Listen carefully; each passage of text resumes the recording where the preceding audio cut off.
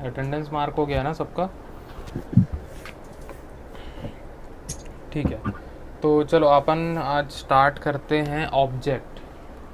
कल क्लास की पूरी कहानी हम लोग जाने थे, क्या होता है क्लास, कैसे हम लोग उसको डिफाइन करते हैं, कैसे उसका सिंटेक्स होता है, सारा चीज़ हम लोग देखे थे। ठीक है, नेक्स्ट हम लोग आते हैं ऑब्जेक्ट पे। ठीक है, ऑब्जेक्ट क्या होता है?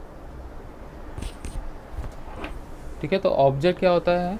In order to store the data for the data members of the class we must create an object. ठीक है, जो हम लोग डेटा मेंबर्स बनाते हैं किसी भी क्लास में, तो उसको स्टोर करने के लिए हम लोग को कोई ना कोई एक ऐसा इंस्टेंस चाहिए होता है जो क्लास में घुस के उसके डेटा मेंबर के इंस्टेंस पे उस डेटा को स्टोर कर सके। ठीक है, अगर उस डेटा मेंबर में हम लोग को डेटा को स्टोर करना है तो हम लोग को ऑब्जेक्ट क्रिएट करना पड़ता है। हम लोग डायरेक्टली वैल्यू असाइन नहीं कर सकते हैं। ठीक है, डायरेक्टली वैल्यू असाइन नहीं कर सकते हैं। ठीक है, अब देखो यहाँ पे सबसे फर्स्ट पॉइंट है यहाँ पे हम लोग का instance. Instance is a mechanism of allocating sufficient amount of memory space for the data members of a class is known as object। ठीक है, instance of a class is known as object. मतलब जितने object हम लोग उसके create करते जाएंगे उतने ही उस क्लास के इंस्टेंस बनते जाएंगे। Instance means copy. ठीक है, इंस्टेंस मतलब क्या होता है? कॉपी। ठीक है, इंस्टेंस मतलब एक ऐसा मैकेनिज्म होता है जो एक sufficient amount of memory space, ठीक है, उस क्लास के जो ऑब्जेक्ट बनेंगे उसके डेटा मेंबर्स को देंगे। आया समझ में? जैसे कि हम लोग यहाँ पे देखते हैं, जैसे मैं एक इंट रोल नंबर लिया। ठीक है, अभी मैं ऐसे ही बता रहा हूँ। ठीक है, स्ट्रिंग नेम में लिया। ठीक है, ये दो हमारे डेटा मेंबर हैं। ठीक है, तो ये दो डेटा मेंबर जो है वो क्लास के अंदर में है। क्लास ए मैं ले लेता हूँ इसको।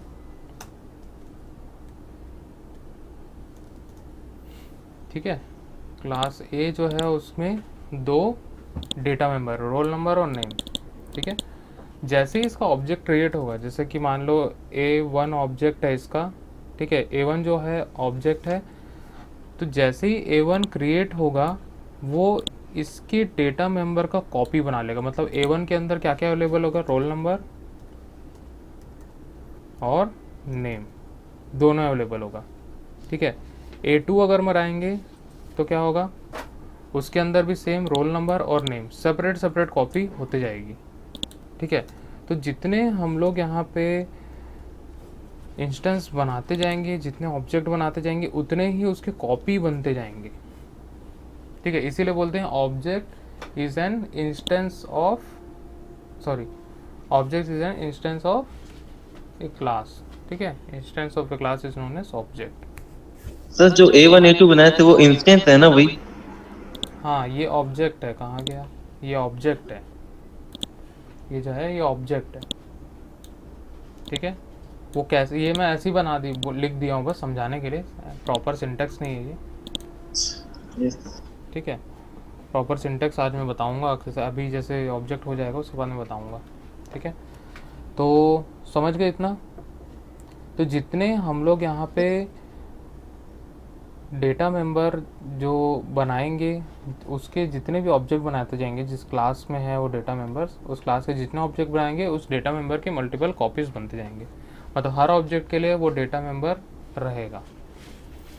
ठीक है, सेकंड पॉइंट आते हैं, class variable is known as object. ठीक है, class variable is known as object. क्लास का जो भी वेरिएबल होगा, ठीक है, उसको हम लोग ऑब्जेक्ट बोलेंगे। ठीक है, क्लास क्या है? एक डेटा टाइप है। किस टाइप का डेटा टाइप है? यूज़र डिफाइंड डेटा टाइप है। ठीक है, तो यूज़र डिफाइंड डेटा टाइप का ही वेरिएबल बनेगा। मतलब किसी भी डेटा टाइप का ही वेरिएबल बनता है कभी भी। ठीक है, तो क्लास का वेरिएबल बनाएंगे तो वो भी क्या रहेगा? एक वेरिएबल ही रहेगा, लेकिन हम लोग उसको यहाँ पे ऑब्जेक्ट बोलेंगे। ठीक है, क्या बोलेंगे? ऑब्जेक्ट हम लोग बोलेंगे। ठीक है, point number 3, grouped item. Grouped item is a variable which allows us to store more than one value is known as object. ठीक है, हम लोग यहाँ पे ग्रुप्ड वैल्यू बोल रहे हैं, ठीक है। जो ऑब्जेक्ट है हमारा वो क्या है, ग्रुप्ड वैल्यू। कैसे ग्रुप्ड वैल्यू हुआ, जैसे A1 की यहाँ पे बात करते हैं हम लोग, ठीक है। A1 जो है उसके अंदर दो वेरिएबल है, रोल नंबर और नेम, ठीक है। आया समझ में। तो रोल नंबर और नेम को ग्रुप किया हुआ है, और ये दोनों किसके अंदर अवेलेबल है, A1 के अंदर अवेलेबल है, ठीक है। समझ में आया।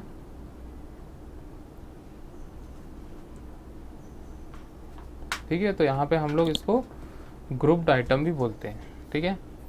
वैल्यू फॉर्म, ठीक है। Value form of a class is known as an object, ठीक है। Blueprint of a class is known as object. Local run time entity is known as object. Real world entities are called as objects, ठीक है। ये क्या क्या बोलते हैं इस ऑब्जेक्ट को, वो सारे मैंने बताया, ठीक है।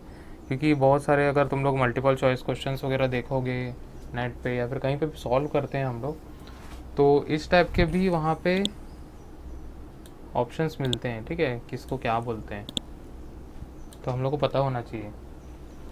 समझ में आया ऑब्जेक्ट कि नहीं आया।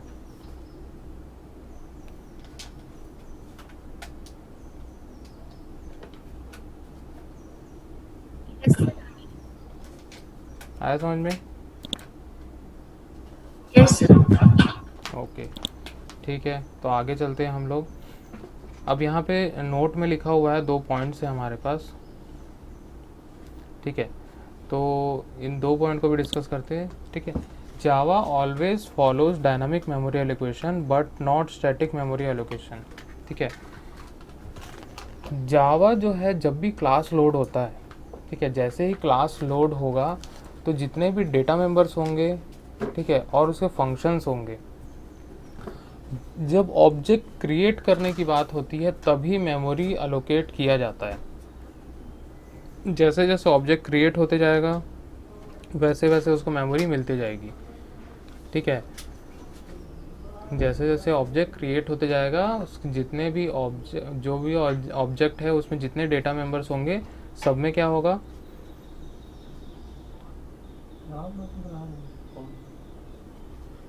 ठीक है, सब में मेमोरी अलोकेट होते रहेगा, ठीक है।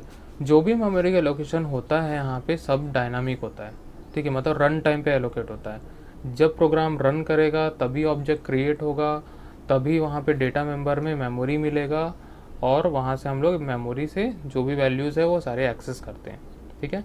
स्टैटिक मेमोरी एलोकेशन कभी नहीं होता इसमें, ठीक है। कोई भी ऐसा नहीं होता है जिसमें स्टैटिक मेमोरी एलोकेशन हो, ठीक है। जब क्लास लोड होगा तभी मेमोरी एलोकेट होगा, अदरवाइज नहीं होगा। क्लियर है फर्स्ट पॉइंट। Yes sir. ठीक है, अब सेकंड पॉइंट जो है, in order to create memory space in Java we must use an operator called new. We must use an operator new, ठीक है। न्यू एक ऐसा ऑपरेटर है जो ऑब्जेक्ट क्रिएट करने के लिए यूज़ करते हैं, ठीक है। न्यू कीवर्ड से ही मेमोरी स्पेस क्रिएट होता है, मतलब एक न्यू मेमोरी स्पेस क्रिएट होगा, ठीक है। This new operator is known as dynamic memory allocation operator. क्या बोलते हैं इसको, dynamic memory allocation operator. Clear है। सर ये क्या है न्यू मतलब? न्यू मतलब कीवर्ड है, वो कैसे यूज़ करेंगे मैं बताऊंगा अभी, बस इतना जान लो, ठीक है। In order to create memory space in Java we must use an operator called new, ठीक है। This new operator is known as dynamic memory allocation operator, ठीक है। न्यू एक ऐसा ऑपरेटर है, ठीक है। अभी तक हम लोग कौन कौन से ऑपरेटर पढ़े थे, अरिथमेटिक, लॉजिकल, रिलेशनल, ये सारे ऑपरेटर्स हम लोग पढ़े थे, ठीक है। अब हम लोग क्या पढ़ेंगे, न्यू ऑपरेटर हम लोग देखेंगे, ठीक है। कुछ नहीं है, छोटा सा ऑपरेटर है, वो कहाँ पे यूज़ होता है हम लोग देखते हैं, ठीक है। आया समझ में कि नहीं आया। Yes sir. ठीक है, अब एक यहाँ पे छोटा सा डायग्राम है, ठीक है, इसको देखो। मेमोरी एलोकेशन कैसे होता है, स्टैटिक मेमोरी एलोकेशन और डायनामिक मेमोरी एलोकेशन, ठीक है। 2 टाइप की मेमोरी एलोकेशन को जावा जो है डायनामिक मेमोरी एलोकेशन यूज़ करता है, ठीक है। डेटा मेंबर्स और प्रॉपर्टीज़ और एट्रीब्यूट जो होंगे वो कौन सा मेमोरी यूज़ करेगा, हीप मेमोरी यूज़ करेगा, ठीक है, मेथड्स, बिहेवियर और एक्सेसरीज, ठीक है, जो भी मेथड्स होंगे मतलब फंक्शंस जो होते हैं उसके, ठीक है, वो स्टैक मेमोरी यूज़ करेगा। कांस्टेंट जो है वो एसोसिएटेड मेमोरी यूज़ करेगा। ठीक है, ये हम लोग डिस्कस कर चुके थे। ठीक है, ये पूरे क्लास के अंदर के जो मटेरियल्स होते हैं वो कौन कौन सी मेमोरी यूज़ करते हैं वो उसके बारे में बताया गया। ठीक है, अब डेटा टाइप्स जो होते हैं हमारे पास, फंडामेंटल डेटा टाइप्स होते हैं, डिराइव्ड डेटा टाइप्स होते हैं और यूज़र डिफाइंड डेटा टाइप्स होते हैं। ठीक है, तो अभी हम लोग जो ऑब्जेक्ट ओरिएंटेड पढ़ रहे हैं, क्लास जो है वो यूज़र डिफाइंड डेटा टाइप है। क्या है वो? User defined data type. Clear? Sir ये फंडामेंटल क्या होता है? फंडामेंटल वो प्रिमिटिव वगैरह होता है, प्रिमिटिव जैसे कि इंट, फ्लोट, डबल, कैर, ये सारे। ठीक है, डिराइव मतलब स्ट्रक्चर्स, यूनियन, ठीक है, यस सर। ये सारे होते हैं। ठीक है, और यूज़र डिफाइंड मतलब क्लासेस। ठीक है, स्ट्रक्चर, यूनियन वगैरह जो होते हैं वो डिराइव डेटा टाइप्स होते हैं। ठीक है, यस क्लियर है? सर। आगे चलते हैं, चलो। अब इसको डिफाइन कैसे करते हैं, यहाँ पे सिंटैक्स इसका देखो। ठीक है, सिंटैक्स में लिखा हुआ है, ठीक है, क्लास नेम, ठीक है, जो भी हमारा क्लास नेम होगा ये लिखेंगे ऑब्जेक्ट नेम, इक्वल टू लगाएंगे न्यू क्लास नेम और लगा देंगे ऐसा ब्रैकेट। ठीक है, आया समझ में? ये सिंटैक्स है यस सर। ऑब्जेक्ट बनाने का। ठीक है, यहाँ पे देखो, class name represents name of the class, मतलब यहाँ पे क्लास नेम जो है वो रिप्रेजेंट क्या कर रहा है? नेम ऑफ द क्लास, मतलब क्लास का नेम रिप्रेजेंट करता है। OBJ name represents Java valid variable name treated as object. ठीक है, जो भी वैलिड वेरिएबल नेम होता है वही यहाँ पे लिखना होता है हम लोग को। ठीक है, new is called dynamic memory allocation operator. ठीक है, new is called dynamic memory allocation operator. Clear? समझ में आया? तीन चीज़, ये क्लास नेम है, ये ऑब्जेक्ट नेम है और ये dynamic memory allocation operator, new, new operator इसको बोलते हैं हम लोग। ठीक है, देन उसके बाद आता है ये वाला क्लास नेम। ठीक है, क्लास नेम, उसके बाद इस टाइप को ब्रैकेट लगाते हैं, रिप्रेजेंट्स कंस्ट्रक्टर। क्या होता है ये? कंस्ट्रक्टर होता है।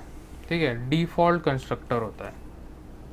ठीक है, the new operator will perform two standard actions, they are, ठीक है, जो न्यू ऑपरेटर ये वाला होता है वो दो स्टैंडर्ड एक्शन परफॉर्म करता है। ठीक है, सबसे पहला क्या करेगा? It allocates sufficient amount of memory space for the data members of the class. जितने भी उस क्लास में डेटा मेंबर्स होंगे सबको वो sufficient amount of memory space allocate करेगा। आया समझ में? Second point, Yes. It takes an address of the class and stored in the left hand side variable of syntax 1। ठीक है, यहाँ से जो भी वैल्यूज़ वो लेगा कंस्ट्रक्टर से या फिर जो भी वैल्यू इनिशलाइज करेगा, ठीक है, वो इस ऑब्जेक्ट नेम, मतलब यहाँ पे जो ऑब्जेक्ट है इस पे स्टोर कर देगा उसको। ठीक है, क्या किया? वो न्यू ऑपरेटर से ऑब्जेक्ट बना लिया, जो भी हम लोग वैल्यूज़ देंगे बाद में, ठीक है, जब उस डेटा मेंबर में हम लोग क्या करेंगे? वैल्यूज़ असाइन करेंगे। ठीक है, तो ये कंस्ट्रक्टर क्या करता है? ये वाले वेरिएबल नेम पे उसको स्टोर कर देता है। अब वो कैसे जाएगा वहाँ पे? उसके एड्रेस के थ्रू, क्योंकि जब ऑब्जेक्ट बनेगा तो उसको एक स्पेस अलोकेट हो जाएगा। ठीक है, तो वो स्पेस में अलग अलग डेटा मेंबर के लिए भी स्पेस होगा। ठीक है, तो वहाँ पे जाके वो स्टोर हो जाएगा। ठीक है, आया समझ में? आया कि नहीं आया? Yes, sir. ठीक है, अभी देख प्रोग्राम करेंगे तो समझ में आ जाएगा। ठीक है, तो इस टाइप का यहाँ पे हम लोग क्लास देखते हैं। ठीक है, अब मैं इसका एक प्रोग्राम बना के बताता हूँ। ठीक है, तो समझ जाओगे तुम लोग। ठीक है, नोटपैड प्लस प्लस का हम लोग यूज़ करेंगे यहाँ पे क्योंकि बहुत अच्छा रहता है ये।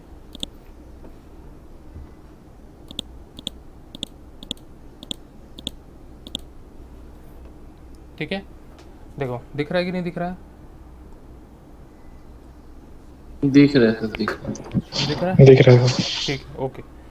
देखो यहाँ पे मैं एक क्लास बना रहा हूँ, क्लास में बनाता हूँ डिस्प्ले। ठीक है, क्लास लिखे, डिस्प्ले लिखे, उसके बाद इस टाइप का ब्रैकेट लगाएंगे तो हमारा क्लास बन जाएगा। क्लियर है? Yes sir. ठीक है, अब यहाँ पे हम लोग को कुछ भी चीज़ करना है तो या तो हम लोग को डेटा मेंबर बनाना पड़ेगा या उससे फंक्शंस बनाने पड़ेंगे। ठीक है, मैं यहाँ पे लिख रहा हूँ पब्लिक वॉइड, ठीक है, डिस्प्ले या फिर प्रिंट। नहीं, प्रिंट नहीं लिखते हम लोग, हेलो प्रिंट लिखते हैं।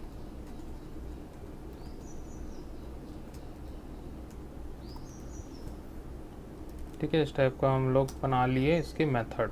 ये मेथड है, इसका क्या है? मेथड।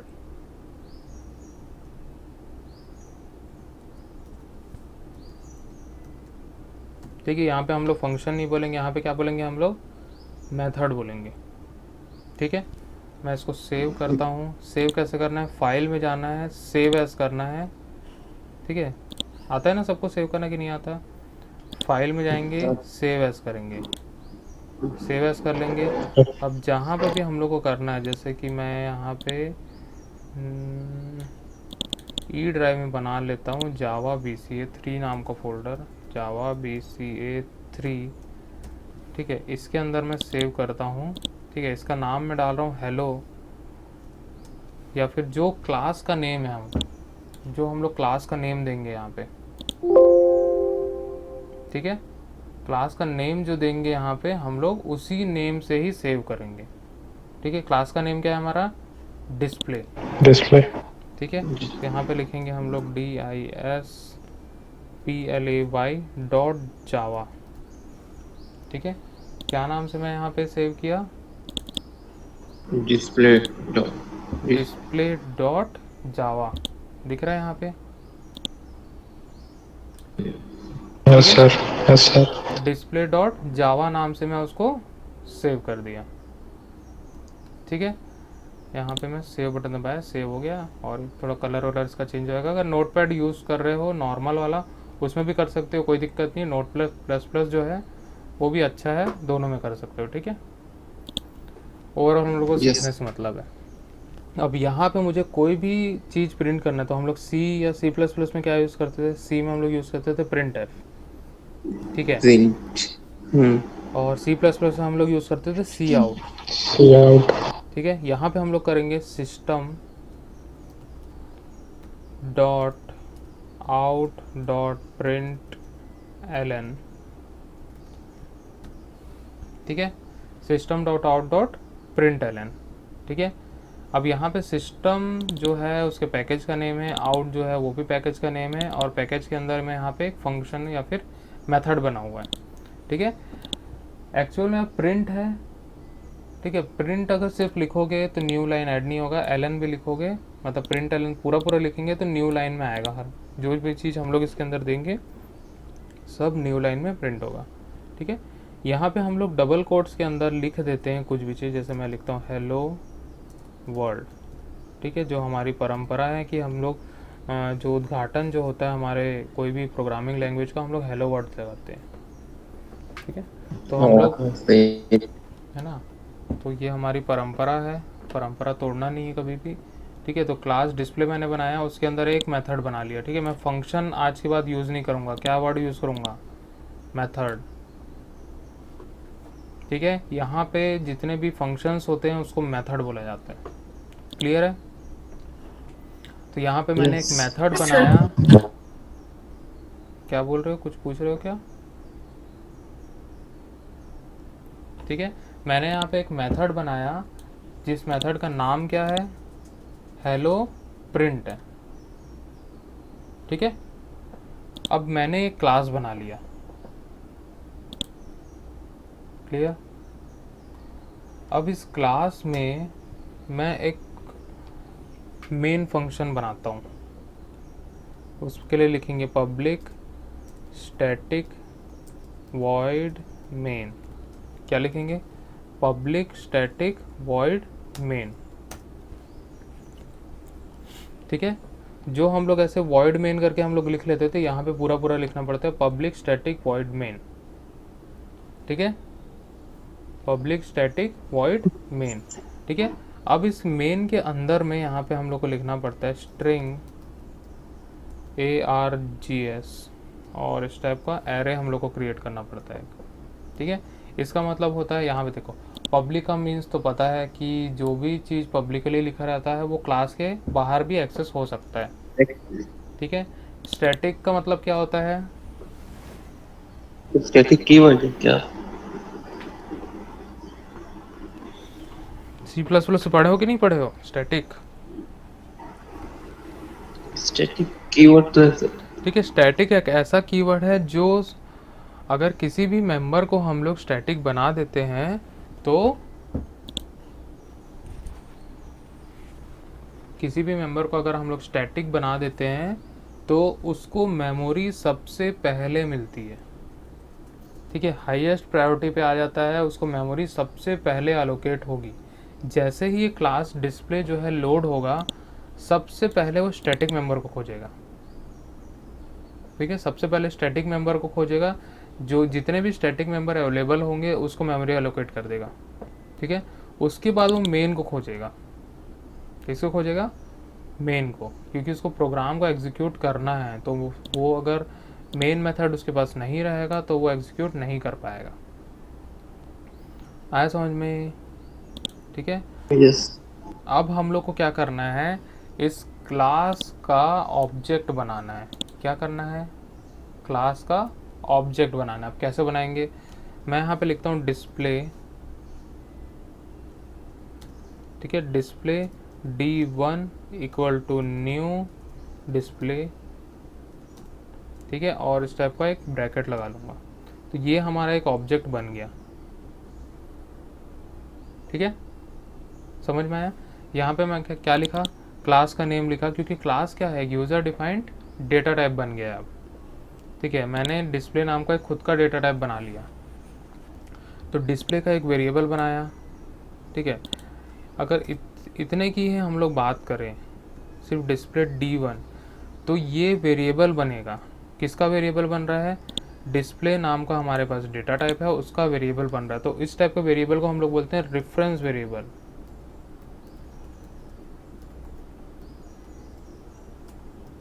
क्या बोलते हैं? Reference variable. ठीक है, क्योंकि इसको मेमोरी असाइन नहीं हुई है अभी तक। जैसे हम लोग वेरिएबल डिक्लेयर कर लेते हैं, इसको मेमोरी असाइन नहीं हुई रहती, तब तक हम लोग इसको रेफरेंस वेरिएबल बोलते हैं। ठीक है, उसके बाद अगर यहाँ पे D1 equal to new display अगर मैं लिख लेता हूँ, इसका मतलब भी क्या होगा? जैसे ही मैं न्यू लगा देता हूँ तो वो D1 को क्या करेगा? मेमोरी एलोकेट कर देगा। ठीक है, D1 जो ऑब्जेक्ट है हमारा, उसको मेमोरी एलोकेट कर देगा। आफ्टर ऑल जब तक मेमोरी उसको नहीं मिलेगी तब तक इस क्लास के डेटा मेंबर का कोई मतलब नहीं है। ठीक है, क्योंकि जब तक उसको मेमोरी नहीं मिलेगी वो अपने डेटा को रखेगा कहाँ पे, एक्सेस कहाँ से करेगा, एग्जीक्यूट कहाँ करेगा। ठीक है, आया समझ में? तो ये बन गया ऑब्जेक्ट। क्लियर? समझ में आया? तो इसको हम लोग अलग अलग ना करके एक ही साथ कर देते हैं। ठीक है, अलग अलग ना करके हम लोग एक साथ ही कर देते हैं। ठीक है, तो मैं यहाँ पे फिर से एक और ऑब्जेक्ट बनाता हूँ, display D2 equal to new display. ठीक है, समझ में आया? ठीक है, अब मैं क्या करता हूँ, अब मुझे किसको कॉल करना है?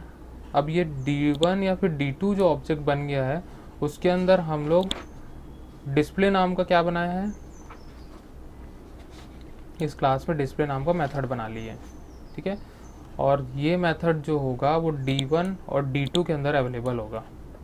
ठीक है, तो उसी से हम लोग इसको कॉल कर सकते हैं। तो हम लोग कैसे कॉल करेंगे उसको? D2 डॉट डिस्प्ले, सॉरी क्या है, हेलो प्रिंट, इस टाइप से। ठीक है, तो जो भी अगर हम लोग को उस क्लास के डेटा मेंबर को एक्सेस करना होगा तो हम लोग उसके ऑब्जेक्ट से ही उसको एक्सेस कर सकते हैं। ठीक है, ऑब्जेक्ट से कैसे एक्सेस करेंगे, D2 में ऑब्जेक्ट बना लिया, यहाँ पे लगाया डॉट, ये क्या है, डॉट ऑपरेटर है, ये क्या है, डॉट ऑपरेटर है। ठीक है, डॉट ऑपरेटर से हम लोग क्या करते हैं, इस D2 के अंदर क्या क्या अवेलेबल है, D2 के अंदर ये वाला मेथड अवेलेबल है। ठीक है, D2 किसका ऑब्जेक्ट है, इस डिस्प्ले का ऑब्जेक्ट है, मतलब इस ऑब्जेक्ट के अंदर चले गए हम लोग और इस मेथड को हम लोग एक्सेस कर रहे हैं। मतलब D2 के अंदर कौन अवेलेबल है, हेलो प्रिंट अवेलेबल है। तो हेलो प्रिंट तक कैसे पहुंचेंगे, डॉट ऑपरेटर से। ठीक है, क्लियर। तो ये हमारा एक प्रोग्राम बन गया है, अब इसको रन करते हैं। ठीक है, ध्यान से देखना कैसे रन करते हैं। हम लोग चले जाएंगे कमांड पे, CMD। ठीक है, दिख रहा है कमांड कि बड़ा करूँ इसको,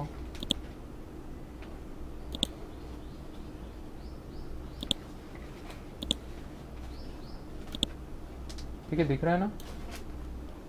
यस सर। ठीक है, अब यहाँ पे मैं ई ड्राइव में बनाया हूँ, तो मैं क्या करूँगा, इसको CD करके वापस चल जाऊँगा। ठीक है, उसके बाद कर दूँगा मैं ई ड्राइव में आ गया। अब मैं यहाँ पे करूँगा CD जावा BCA3, जावा BCA3 के अंदर आ गया। अब उसके बाद क्या करेंगे, हम लोग लिखेंगे जावा C स्पेस, ठीक है, हम लोग का क्लास नेम या फिर फाइल नेम डिस्प्ले डॉट जावा, यही नाम से फाइल बनाए थे हम लोग। Yes sir. ठीक है, देख लो यहाँ पे दिख रहा होगा डिस्प्ले डॉट जावा, दिख रहा है ऊपर ये वाला। ठीक है, यस सर। यही नाम से हम लोग फाइल बनाए थे, उसी फाइल को हम लोग को कंपाइल करना है। जावा सी से क्या होगा, जावा कंपाइल। ठीक है, कंपाइल करने के लिए हम लोग को जावा सी का यूज़ करना है। ठीक है, तो हम लोग सबसे पहले स्टेटमेंट क्या लिखेंगे, जावा सी डिस्प्ले डॉट जावा, एंटर करेंगे, ये कंपाइल करेगा। ठीक है, 1-2 सेकंड लगेगा और कंपाइल करेगा। अगर कंपाइल करते समय कोई भी एरर आता है तो यहाँ पे वो बहुत सारा लिस्ट शो कर देगा। ठीक है, अभी कोई भी एरर नहीं आया तो मैं इसको रन करता हूँ। रन करने के लिए हम लोग लिखेंगे जावा, और जो हमारा क्लास नेम है, क्लास नेम क्या है हमारा, डिस्प्ले। ठीक है, क्लास नेम से ही उसको रन करेंगे, फाइल नेम से रन करोगे तो रन नहीं होगा। ठीक है, अगर सेम फाइल है, सेम हम लोग क्लास नेम के हिसाब से फाइल बनाए तभी रन होगा, अदरवाइज नहीं होगा। तो हम लोग क्या लिखना है, यहाँ पे जावा लिखेंगे, उसके बाद क्लास नेम हम लोग लिखेंगे, एंटर करेंगे। देखो यहाँ पे हेलो वर्ल्ड आ गया, यस सर। दिख रहा है कि नहीं दिख रहा है, दिख रहा है Yes sir, yes sir. ये हमारा आउटपुट है।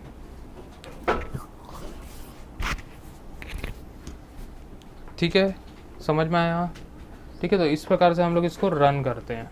ठीक है, अब मैं इसकी फाइल्स पे चले जाता हूँ, तो हम लोग को क्या क्या देखने के लिए मिलता है वो देखेंगे हम लोग। ठीक है, जावा BCA3 नाम का ये हम लोग चले गए, और यहाँ पे हम लोग को 2 फाइल्स दिख रही है। ठीक है, हम लोग कितनी फाइल बनाए थे, तो जावा डिस्प्ले डॉट जावा हम लोग ने बनाया था। ठीक है, लेकिन वो क्या किया है, 2 फाइल बनाया है। जैसे ही हम लोग डिस्प्ले डॉट जावा को कंपाइल करते हैं, ठीक है, तो वो उसके अंदर जितनी भी क्लासेस होती है, ठीक है, सबका एक अलग अलग क्लास फाइल बना देता है।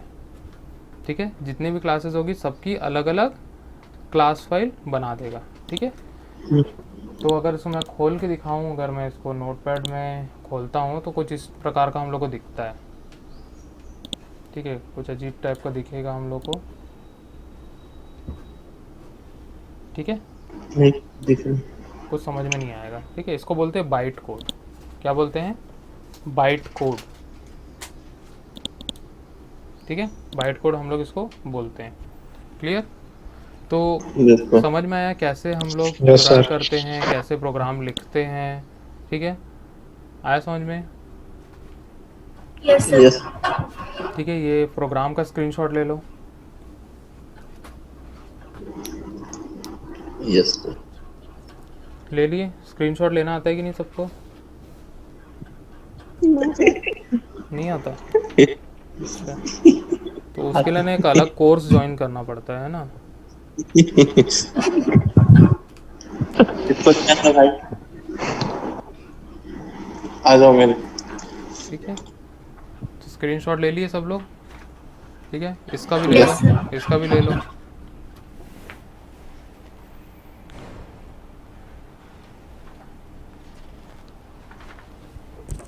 ले लिए क्या?